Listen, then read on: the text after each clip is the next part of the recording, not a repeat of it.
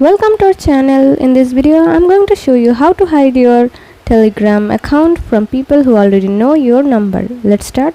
At first you have to open your Telegram app, and after that log into your account, then tap on the menu bar, and in here tap on settings. After that scroll down and tap on privacy and security. In here you guys can see at the privacy section phone number. Tap on here and then you can find out these options like who can see your phone number. Mine is right now set to my contact.